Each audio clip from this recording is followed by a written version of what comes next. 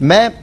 مزید اس حوالے سے کچھ اور ایک حدیبیہ کا بھی موقع مجھے یاد آتا ہے کہ جب رسول اللہ کے ساتھ اتنے تواضع اور انکساری کے ساتھ آپ کہتے ہیں یا رسول اللہ کیا ہم حق پر نہیں ہیں یا رسول اللہ، پھر حضور فرماتے ہیں کہ عمر جو میں دیکھ رہا ہوں، جو میں جانتا ہوں وہ تم نہیں جانتے، لیکن حضور کے پیار میں اللہ اکبر، حضور کا قد بلند ہو، حضور کی عزت و تکریم بلند ہو، اس کے لیے ایکسائٹڈ ہیں اور اس کے لیے ہر وقت پریپیئرڈ ہیں۔ میں حضور قبلہ، ہم نے تو یہ بھی انداز غضب دیکھا ہے حضرت عمر کا کہ رسول اللہ کی طرف آنچ بھی آنے کی اگر جرت کرے، عمر خود بھی ننگی تلوار اور عمر کی تلوار بھی موجود ہے۔ لیکن اس کے علاوہ ان کی معمولات زندگی میں کچھ چیزیں جو ایک آدمی فرما رہے ہیں نا اتنا متحرک ہے، ایکٹیو ہے، اس حوالے سے بات ہو رہی ہے، سفارت کاری کا بھی ذکر آیا سفر کے حوالے سے،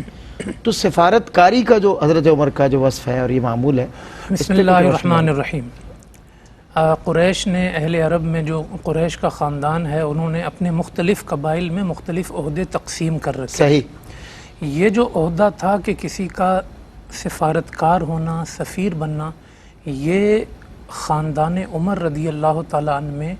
آبا و اجداد سے چلا آ رہا تھا۔ حضرت عمر خود سفیر عرب تھے، آپ کے والد خطاب بھی سفیر عرب تھے، دادا نفیل بھی سفیر عرب تھے، عبد العزیٰ بھی سفیر عرب تھے، ریاح بھی سفیر عرب تھے، اور عدی تک آپ کے ہر دادا عرب کے سفیر تھے، قریش کے سفیر تھے۔ اللہ، کیونکہ اس خاندان میں اللہ نے ذہانت بڑی رکھی تھی۔ صحیح۔ کسی فیصلے میں ثالث بننا اگر ہو تو وہ خاندان عمر میں تھا، واہ، ثالث ان کے دادا ہوتے تھے۔ واہ، اور اگر کسی مسئلے کو دو قبائل کے درمیان حل کرنا ہے تو وہ حضرت عمر کے آبا و اجداد میں چلا آ رہا تھا، کسی اور کی طرف نظر نہیں جاتی تھی۔ اچھا، جب آگے بیٹا پیدا ہو رہا ہے، اس کے آگے بیٹا پیدا ہو رہا ہے، یہ خاندانی تسلسل بھی چل رہا ہے، تو حضرت عمر تک جب بات پہنچی نا، جیسے علامہ صاحب نے ذکر کیا کہ سفر، ایک تو تجربہ، صحیح بات، ذہانت، بلند حوصلہ، تدبر، بات کرنے میں دلیر، تدبر، صاحب رائے، یہ ساری چیزیں تھی، اور خانوادے کی میراث سے بھی ظاہر ہے، خاندانے کی میراث۔ اور جب آپ نے سفر کیا تو تجربہ اس قدر بڑھ چکا تھا کہ آپ اہل تھے اس منصب کے کہ اگر اب عرب میں کوئی سفیر ہوگا، قریش میں کوئی سفیر ہوگا تو وہ عمر بن خطاب ہی ہوں گے۔ اور آپ نے اپنی اہلیت کی بنیاد پر جہاں بھی کوئی مسئلہ ہوتا، حضرت عمر وہاں پہنچ جاتے، قبائل کے درمیان اتنی خوبصورتی سے پیچ اپ کراتے، اللہ، آپ اپنے مدعا کو، قریش کے مدعا کو اتنی خوبصورتی سے جا کے بیان کرتے اور مسائل کو اتنی ذہانت سے حل کرتے کہ ابھی اسلام لانے سے پہلے بھی مدبرین عرب میں اگر کسی کا نام تھا تو وہ حضرت عمر فاروق رضی کیا اللہ بات ہے۔ آپ نے ان کے خانوادے کا ذکر کیا نا، حضرت خطاب کا وہ جو نسب کے پرکھنے کا جو علم تھا، نصاب تھے، نصاب ماہر تھے، جب آپ پھر خون میں یہ چیز موجود ہے۔ اہل عرب کا جب نسب بیان کرنا ہو تو آپ اپنے، جیسے آج ہم حوالہ دیتے ہیں نا کہ جی لسان العرب میں لکھا ہے، فلان جگہ لکھا ہے، آپ کہتے تھے میرے والد نے کہا، بس یہی میرے کافی، دادا نے کہا، یہ کافی وہ عرب کے اتنے بڑے نصاب تھے، معتبر حوالہ تھے، یہ معتبر تھے ان ساری چیزوں میں۔ اور پھر سفارت کی جہاں تک بات ہے، آپ کو اس میں اس قدر تجربہ تھا اور اللہ نے یہ کام لینا تھا، یہ اسباب جیسا بھی آپ نے کہا نا، اللہ سبب بنا دیتا ہے۔ صحیح بات۔ آپ کے اس منصب اور اس کے تجربے کی وجہ سے جب خدا نے آپ کو، اللہ کہتا ہے نا لَيَسْتَخْلِفَنَّهُمْ، ہم خلیفہ بنائیں گے رسول کا، جب حضرت عمر کو خلیفہ بنایا گیا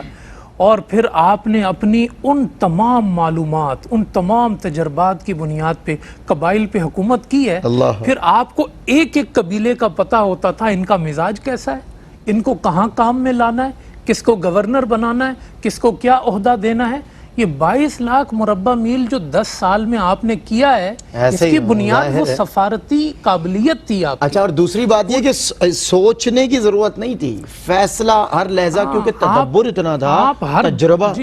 آپ ہر بندے اور ہر قبیلے کے بارے میں بالکل پرفیکٹ نالج رکھتے تھے اور آپ نے اس کو استعمال کیا اور اپنی قابلیت اور صلاحیت کی بنیاد پر یہ اللہ نے جو آپ کو عطا فرمائی تھی، آپ نے اپنے عرب سے نکل کے کیسر و کسرا تک، عرب سے نکل کے عراق تک، اور کہاں کہاں تک آپ نے اپنی سلطنت کو پھیلایا ہے، اور کوئی بندہ آج تک چیلنج نہیں کر سکا کہ یہ فیصلہ غلط تھا یا اس فیصلے میں کمی تھی۔ کہا عمر نے جو کہا حق کہا. اور یہ صرف مسلمان نہیں کہتے. جی بالکل. انٹرسٹنگ بات یہ ہے کہ ان کے فیصلے،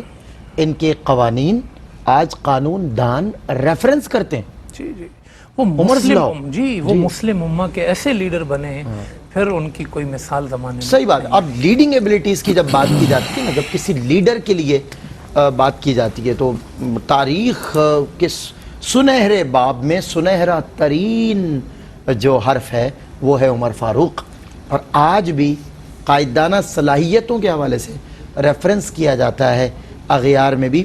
آپ کے بنائے ہوئے جو شہری، میں بتا رہا تھا نا آپ کو،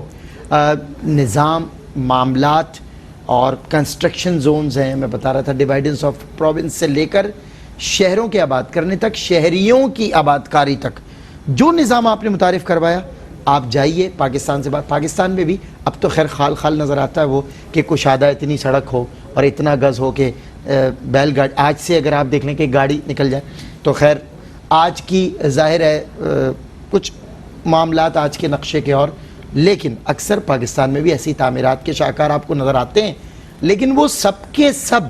فرام دا بیگننگ اگر ہم کہیں نا جو فالو کر رہے ہیں وہ حضرت عمر نے یہ روایت ڈالی ہے. جبکہ لا ان آرڈر ہے نہیں، لا ان آرڈر بنانے والے، رینک سسٹم بنانے والے اور ڈپارٹمنٹس، مختلف شعبہ جات زندگی بنانے والے، شہروں میں تعلیمی نظام بنانے والے، تعلیم کے علاوہ بچوں کی کفالت اور پرورش کا ایک معقول ترین نظام متعارف کروانے والے سیدنا عمر فاروق رضی اللہ تعالیٰ عنہ ہیں.